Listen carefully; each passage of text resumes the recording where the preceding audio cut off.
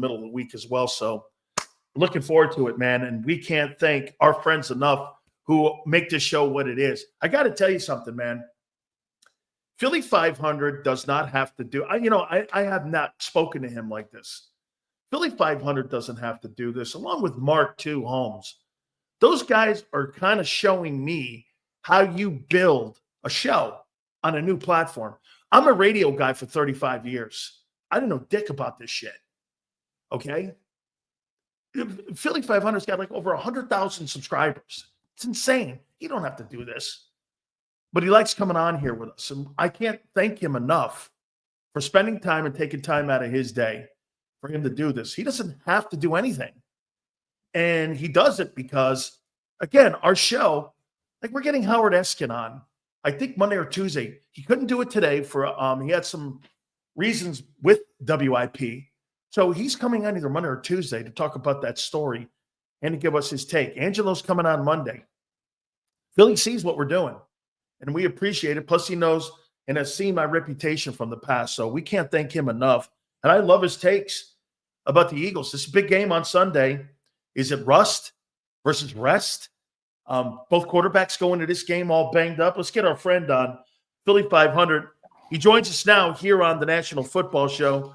Are you getting excited, brother? We are. It's not going to be rust. It's not going to be must. It's going to be lust. They are going to be lusting after us after we tear them up this weekend. So we are tearing them up. I feel good about this game. You're not worried about the injury or any of that. And now get this. How about this? How about we add this then? Are you worried about the fact that AJ and Hurts haven't worked the last 3 weeks, working with reps, and they haven't been working together going into the playoffs?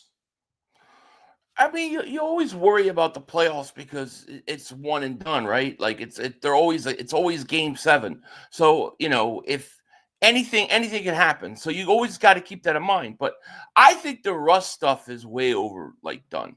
Like I figure if Hurts comes out and he's rusty, right? I mean, how long is that going to last? Like a quarter, a half a quarter? Oh, he didn't play all preseason, and he was rusty the first quarter of that game.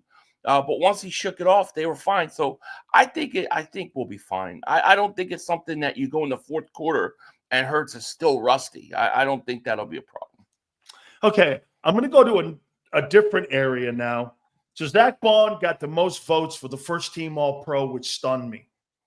My case for you is this. Is he back? I mean, is he going to be back with the Eagles? Because his name now is being in the same light as Roquan Smith, Fred Warner. I'll make something and I'll tell you, both those guys make $20 million a year. Okay, do I think he's going to be in that room? No, because he doesn't have the resume those guys have. But when you get the most votes of any linebacker in the league knows who you are now. Is he back in Philly, yes or not? I'm really 50-50 on this, but if I had to choose one, I'm going to say yes. The Eagles have showed that in the right circumstance with the right person, that they're willing to do things maybe they normally do not do.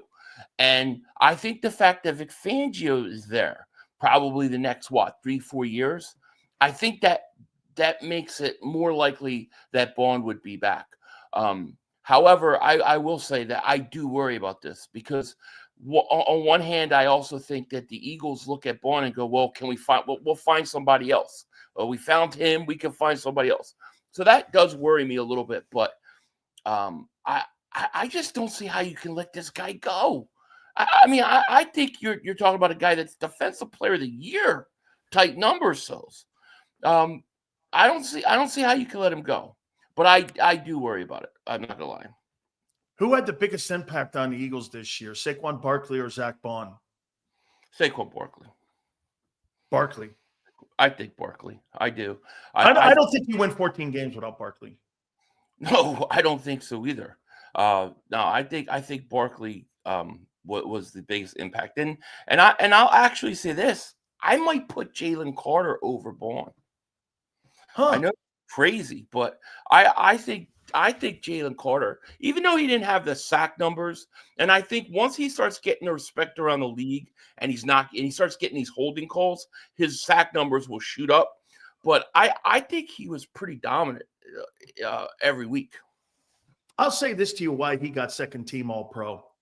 When you're in the league and Cam Hayward and you got Chris Jones, the reputations with the 50 voters who vote for the MVP, they see those two guys and they know who they are over an extended period of time. Right. I think he continues to put years together like he did. Because let's face it, last year, it was kind of a tale of two halves of a season. Right. This year, and Philly, 6.5 sacks from an interior guy, that's damn good, man. I mean, you rarely see guys with double-digit sacks. And, people are comparing everybody to Aaron Donald. Well, shit, man. That's one of the very few guys that can put double-digit sacks together from the internal, area of the team there. So to me, I look at that and go, I think he had a really great year. I agree with you. I think if you're going to look at, tell me who the MVP of the defense is, does Zach Bond have the year he has if Carter doesn't play the way he does this year? I don't know. I mean, I think Carter. See, I agree. I don't think Carter has the name and the years of service yet,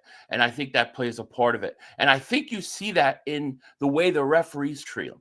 Right, the referees. This guy gets hold so much, and they call nothing. And then you get guys with bigger names; they get every call. Once he starts getting the calls, his sack numbers are going to skyrocket. But he was disruptive every game, man. I can't tell you how many games I watch and go, wow, look at Jalen Carter, So, I think it's close. I mean, Zach Bond was great, don't get me wrong. And they got to try to find a way to keep him. But Carter was, man. What was and what is the most troublesome area of the Packers for you heading into Sunday's game? And, like, if you were to pick an area of the team that, especially with the way that, let's face it, the Eagles aren't playing great football heading into the postseason, but they're not playing bad football. They've just not had all their pieces on the field. Like, Detroit's playing good ball because they played that Monday night game against the Niners. Then they turned around and played for an NFC championship or NFC home field advantage game. So they're playing with more momentum and more rhythm. Right. Whereas the Eagles, and again, I'm not saying Eagles, I shouldn't have said Eagles playing poorly because they're not. It's just they don't have all their pieces out there, and there's not really been a rhythm going into this. Does that concern you? And is there an area of that Packer team that could play into that? Well, for me, the two things that worry me about the Packers game, if I have to choose something, is I think Josh Jacobs absolutely, he's a good running back. If he's running the ball, he's effective, and they're keeping the Eagles offense off the field. I think that's a problem. And I know Christian Watson's out, but that kid was a Jaden Reed. That kid killed us last time we played. So we've got to make sure. Yeah, I mean, we've got to kind of make sure he doesn't pull. He had big plays. I think he had a reverse. I mean, he had some big plays against us that went for a touchdown. So those two guys are where I think the Eagles, if they shut those guys down, I think it's a wrap. I do, but that's what worries me the most. Don't you think this postseason will define Jalen Hurts more than any year so far that he's played? And here's where I'm going with it. You have the most talented roster in the NFL. And I don't think really, I think maybe you can make the argument if you want with a healthy Detroit that they have as compatible as a roster. He's got all the pieces here. I have been critical of him because I think it was a high school passing offense this year. 2903, 18 touchdowns. They didn't utilize what they paid for. I mean, Jeffrey Lurie and Howie Roseman built that team for it to be a prolific passing attack, not to be a running attack. I mean, you don't pay $111 million for three guys and you're 30th in passing. You just don't. Okay? Now, again, you're right to laugh because I'll tell you what, you're right now because they're 14-3. If they fucking lose this in this playoffs and they don't get it done, they're going to be called a one-dimensional football team. I promise you that they didn't utilize all of the talent. So right now, Philly, you're right. Sills, what you're saying, if they win the Super Bowl and they're in New Orleans, it's irrelevant. But if they get bounced and they don't play, how do you look at it? Well, I guess I see it a little different because I don't see them being this monster in the run game, and their passing numbers down because the inability to throw. I just think when you've got a running back who just went over 2,000 yards, could have broke the record, a historic year. When you got a guy running like that, why not use him? I mean, you would be crazy. And if you're going to use him that way, then I think it's natural that these numbers are going to come down. But I don't believe it's because Jalen Hurts can't throw or they can't make it work in the passing game on offense. I just think the running game was so dominant that it just made no sense to go away from it. That's how I see it. So if they go into this playoff, right, and they have a horrible game and Jalen Hurts plays horrible and stuff, yeah, then we can complain. This would be a really bad way to go out if you were to go out early, because I think this team is the most complete team going into the playoffs out of every other team in the league. Well, then how do you look at Baltimore with a guy who went for 4,200 yards and 42 touchdowns and another running back who Barkley only outrushed him by 80 yards? I mean, he had the Eagles win. Eagles had win 19, in there. He had 1965. He had 1965. They were fourth in passing, and they were third in rushing, and they were able to. How about, okay, let's do it. Let's do a different one. Let's do Detroit. Detroit is number 5 in passing and number 3 in rushing. They won 15 ball games. They won home field. They got it done doing both. How come the Eagles can't do both? I don't think the Eagles can't not do both. I just think it's why didn't they? They felt there's no need. I guess they felt like, why are we going to stop giving this ball to this man right here when he's getting 10 yards a carry? Why? Because Howie Roseman wants us to throw a little more because we're paying this guy this and that. That's how I think it went. When you look at that Steelers game and you look at the Steelers played really well against the run and against Saquon Barkley, but you know what? The Eagles had to throw more. And what did Jalen Hurts do? We went out and threw the ball fine.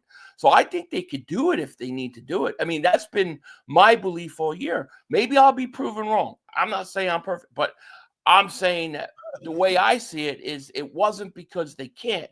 It was just because we got Barkley and he's playing this way. Remember, some of those numbers, when you talk about like Henry's rushing, he had a whole extra game to rush. They sat Barkley the last week of the year. So I just don't think they did it. I mean, you look at the Baltimore game. The Eagles went in there and they shut Baltimore down. So I think this team is the most complete team, both sides of the ball, going into the playoffs. And yeah, anything less than a Super Bowl, I think, is a disappointment.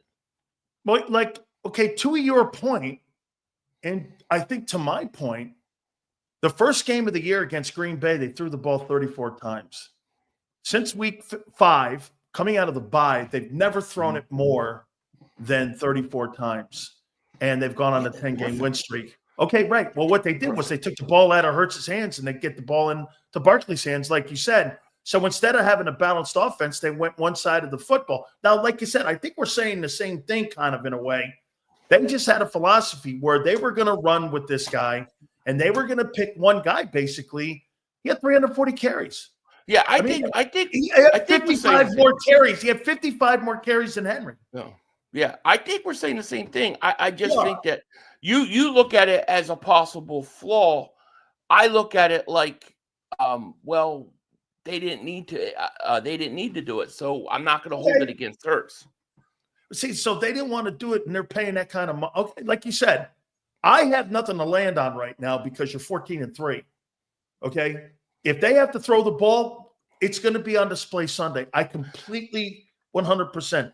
Are you concerned about a couple more here for you? Are you concerned about the passing game? I mean, not the passing game, the pass rush game heading into this. Because Love is not a guy who's going to get a lot of yards running vertically, but he moves around. And are you concerned about that a bit? He doesn't take a lot of sacks. I think I saw a statistic where he hasn't been sacked a lot. Like it was like 9 games where it's been less than 2+ times. When I worry about the pass rushes, when you got, when you're up 4 in the fourth quarter and there's 2 minutes and they're driving, that's when I want my Hassan Reddick. That's where I want my closer. That's where I worry about the pass rush because I do think that edge rusher is still, a spot where they need to get better. I'm going to do a couple over-unders with you. Jalen Hurts, over-under 220 passing yards. I'm going to say over. Okay. Over. A.J. Brown, over 130 reception yards. I'm going to say under. Okay.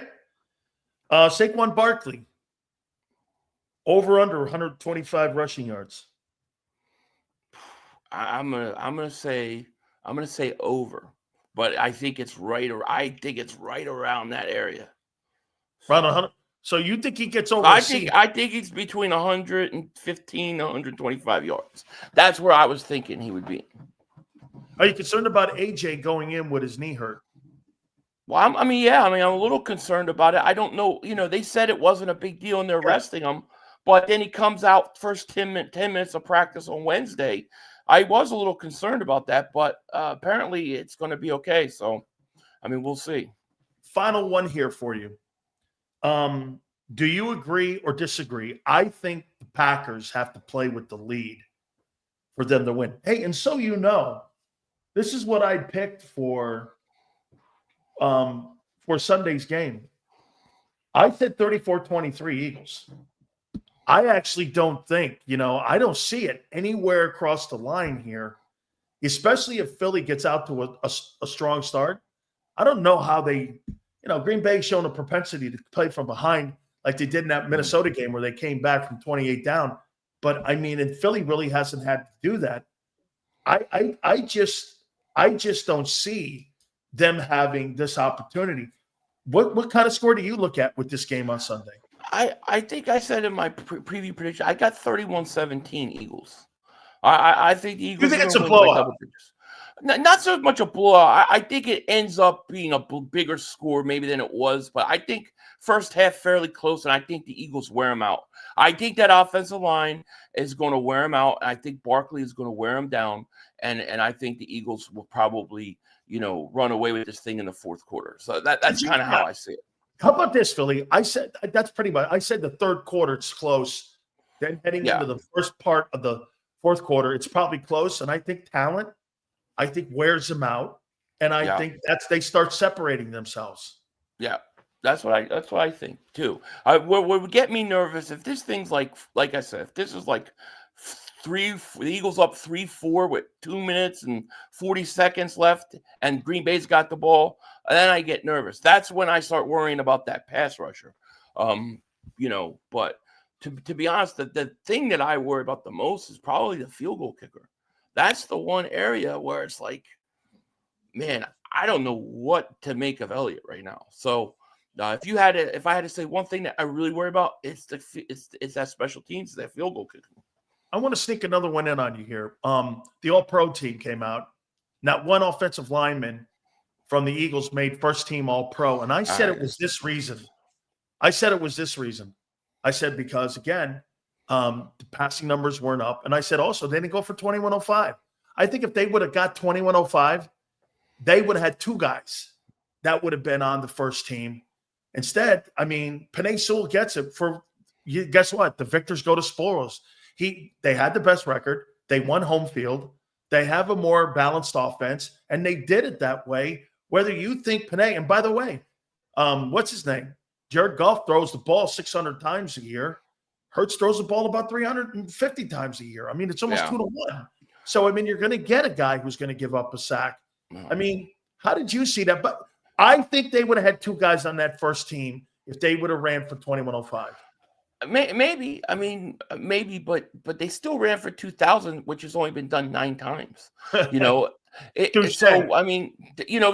thing is you talked about it earlier when we were talking about Jalen Carter and getting respect and recognition around the league. Well, Lane Johnson's been in the league how long? And every year, I swear, I think this guy gets ripped off from getting the recognition that he deserves. And I'll put another guy out there.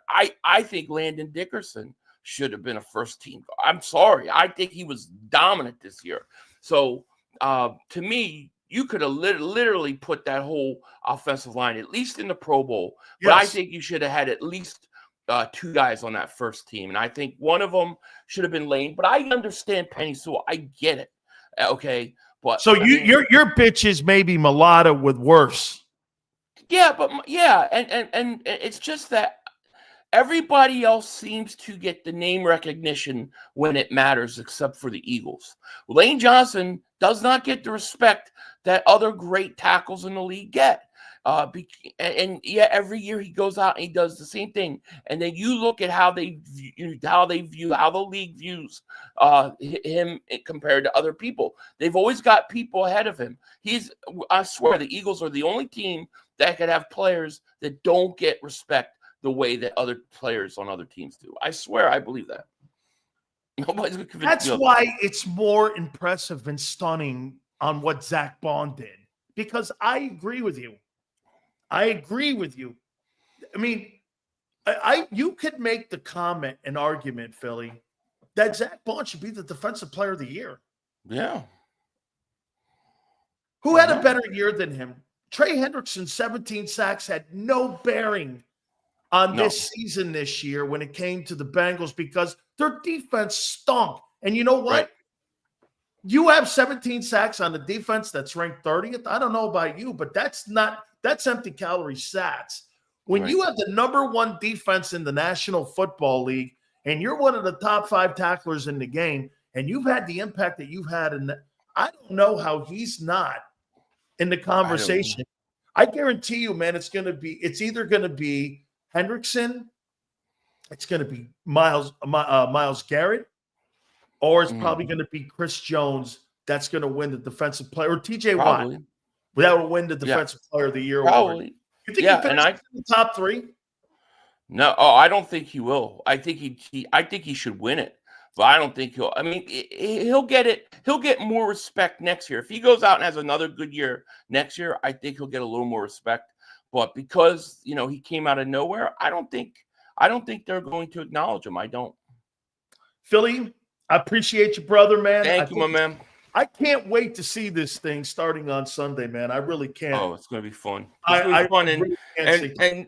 And well, I can't wait to hear you talk to Mark about the Cowboys and their playoff game this week. That should be interesting. They're not playing. I didn't bug him this week.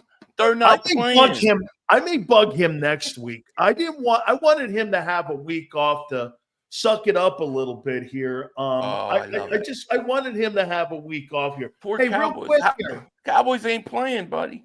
I love it. Of all these teams in the NFC, who do you think is on upset alert? I got to tell you, man, that Rams-Minnesota game, I don't know, man. Even though it got moved to Glendale, I could see that Rams team. Minnesota got thumped like that. I could see that Rams team beat them. You think Rams beat them? That's interesting. I think the Rams can beat them, and I think the Bucs have to be the ones. That's my dark horse team. I picked that about 4 days ago. I think the Bucs are somebody to keep an eye on. See, I was wondering if the fact that the Rams-Minnesota game's in Arizona now, if that's going to actually benefit Minnesota more. Oh, it does. It does. So I kind of think I think the way I got it picked is I got the Eagles winning, I got Minnesota winning, and I got Tampa winning. So I got the Eagles-Tampa second round and Minnesota-Detroit. Detroit and Minnesota, rematch. So that's how I think the second round's going to go. Wow, Tampa versus the Eagles in the second round, and the Bucs have had their number. The Bucs are the only team this year that have beaten both Detroit and the Eagles. I know. So I mean, that's going to be an interesting playoff. We'll see how it plays out. Philly, have a great weekend, and thank you, my man. Thank you so much. Take care. You got it. That is the great Philly.500. Make sure you check his great and fabulous network out. Do me a favor, guys. Please hit that like button. I love the fact that we're here at this time of the season right now, man. And we have teamed up with our friends at BetUS. Make sure you team up with our friends at BetUS for the YouTube 150. That's right. YouTube 150 sign-up bonus is up to $2K. Second and third, 125%. Third, 125%. And crypto, if you're into it, 200% up to $2K in your sign-up bonus. Go to betus.com.pa. That's betus.com.pa. Fastest payouts in the business, live wagering on all major games. The home of Michael Vick, the brand new Norfolk State head football coach. Go to betus.com.pa. That's betus.com.pa. Do me a favor. Tell them Big Sales sent you. If you missed any of today's show on the JAKIB Media channel, listen to the podcast on your way home. Available on YouTube, Apple, and Spotify. Ignite your nights with